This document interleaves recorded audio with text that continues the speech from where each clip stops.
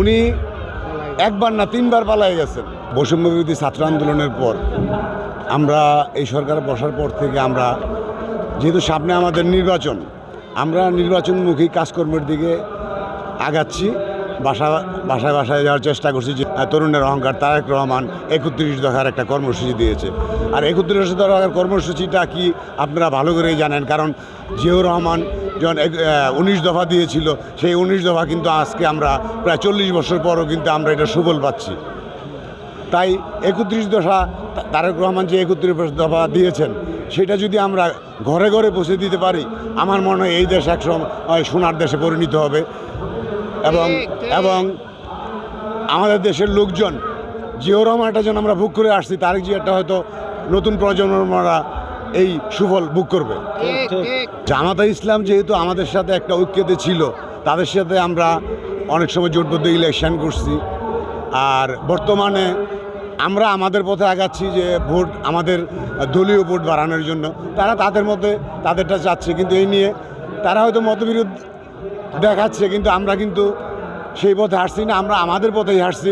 যখন জোটবদ্ধভাবে কিছু একটা হবে, হয়তো জোটবদ্ধ হবে, কিন্তু আমরা এখন চাচ্ছি যে বিএনপির ভোট ব্যাংকের দিকে বিএনপি আগে যাক, যাতে জনগণকে আমরা বুঝাইতে পারি। 31 দফা বুঝাইতে পারলে আমাদের ভোট বাড়বে।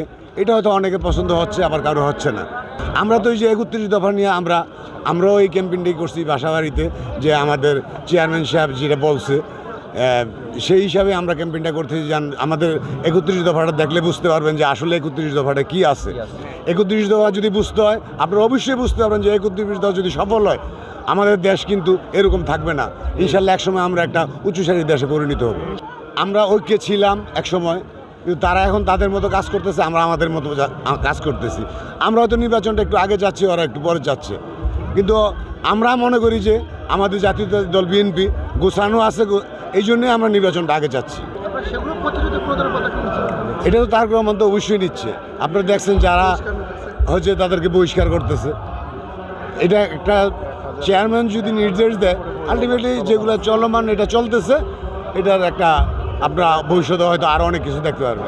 উনি ইন্ডিয়া বৈশা যে কথাগুলি বলছেন, আসলে তো এই কথার কোনো ভ্যালু নাই। উনি একবার না তিনবার পালায়ে গেছেন। তো উনি পালাই থেকে একটা স্টেটমেন্ট দিবেন, দিয়ে দেশে একটা কিছু করবেন, এটা আমরা হতে দেব না। আমাদের তৃণমূলের কর্মী এটা মোকাবেলা করবে। উনি যত কিছুই বলুক রাস্তায়ও দাঁড়াইতে পারবে না।